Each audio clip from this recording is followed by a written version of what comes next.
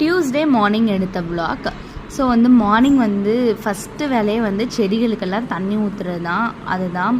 So கொஞ்சம் மிளகாய் செடி, இது வந்து தூதுவளை செடியெல்லாம் வச்சுருக்கேன், கொஞ்சம் கொத்தமல்லி, அப்புறம் வந்து புதினா எல்லாமே வச்சுருக்கேன். ஸோ வந்து காலையில் நல்ல கிளைமேட் கூலிங்காக தான் இருந்துச்சு. ஸோ ரொம்ப நாளாக வந்து வீடியோ போடவே இல்லை. ஏன்னு சொல்லி இந்த ஷார்ட்ஸில் வந்து கண்டிப்பாக சொல்ல முடியாது. ஃபுல் விலாகில் வந்து நான் ஷேர் பண்ணுறேன் எதனால் அப்படின்னு சொல்லிட்டு. இனிமேல் வர விலாக் வந்து கண்டினியூவாக வரும்னு நினைக்கிறேன் நான். நெக்ஸ்ட் வந்து மார்னிங் வந்து பிரேக்ஃபாஸ்ட் வந்து மில்லட் நூடுல்ஸு, சிறுதானிய நூடுல்ஸ் தான் பண்ணலான்னு சொல்லி. இதில் வந்து மைதா இல்லை, வித்தவுட் மைதா தான் இது. அண்ட் லன்ச்சு வந்து லெமன் ரைஸும் பொட்டேட்டோ ஃப்ரை கேட்டிருந்தா. பொட்டேட்டோ வந்து வேக வச்சுட்டேன் ஃபஸ்ட்டு.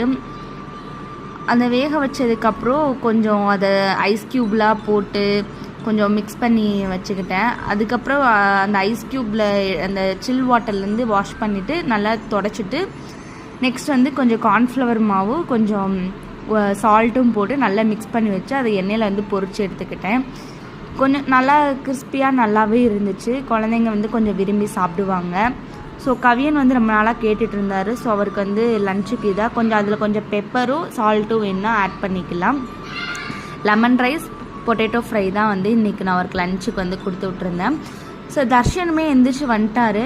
ஸோ அவருக்கு ஃபஸ்ட்டு வேலை வந்து ப்ரஷ் பண்ணி விட்டுட்டு அண்ட் குடிக்க வந்து தண்ணி கொடுத்துருவேன். இதே தான் வந்து நான் கவியனுக்கும் ஃபாலோ பண்ணேன், தம்பிக்குமே தர்ஷுக்குமே அதை தான் ஃபாலோ பண்ணிகிட்ருக்கேன்.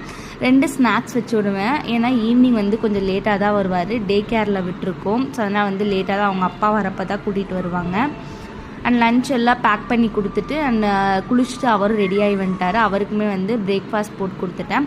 அவர் சாப்பிட்ற பார்த்து தர்ஷனும் கேட்பார். அதனால் அவருக்கு 8:30க்குலாம் 2 பேருக்குமே சாப்பாடு கொடுத்துருவேன்.